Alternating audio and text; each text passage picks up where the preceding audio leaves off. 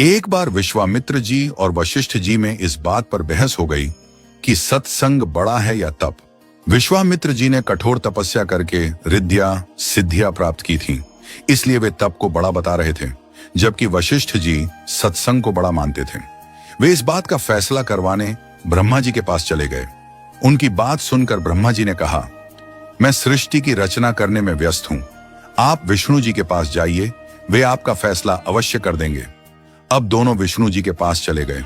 विष्णु जी ने सोचा, यदि मैं सत्संग को बड़ा बताता हूं तो विश्वामित्र जी नाराज होंगे, और यदि तप को बड़ा बताता हूं तो वशिष्ठ जी के साथ अन्याय होगा। इसलिए उन्होंने यह कहकर उन्हें टाल दिया, मैं सृष्टि का पालन करने में व्यस्त हूं, आप शंकर जी के पास चले जाइए। अब दोनों शंकर जी के पास पहुंचे। शंकर जी ने कहा, यह मेरे वश की बात नहीं है, इसका फैसला तो शेषनाग जी कर सकते हैं। अब दोनों शेषनाग जी के पास गए। शेषनाग जी बोले, कहो मुनिवर, कैसे आना हुआ? वशिष्ठ जी ने कहा, हमारा फैसला कीजिए कि तप बड़ा है या सत्संग। विश्वामित्र जी कहते हैं कि तप बड़ा है और मैं सत्संग को बड़ा मानता हूं। शेषनाग जी ने कहा, मैं अपने सिर पर पृथ्वी का भार उठाए हुए हूं, यदि आप में से कोई थोड़ी देर के लिए पृथ्वी का भार उठा ले तो मैं आपका फैसला कर दूंगा। अब तप में अहंकार होता है। विश्वामित्र जी तपस्वी थे, उन्होंने अहंकार में भरकर कहा, पृथ्वी को आप मुझे दीजिए। विश्वामित्र जी ने पृथ्वी अपने सिर पर ले ली।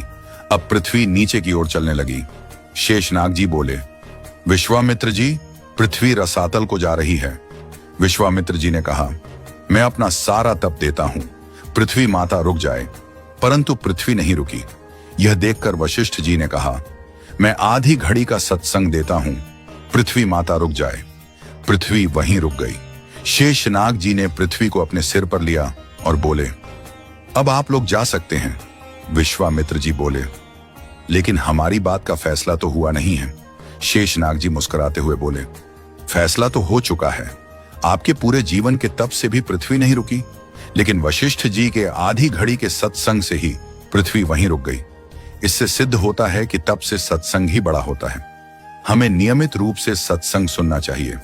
जब भी कहीं सत्संग हो, उसे सुने और उस पर अमल करें। सत्संग की आधी घड़ी, तप के वर्ष 1000, तो भी नहीं बराबरी संतन की दरबार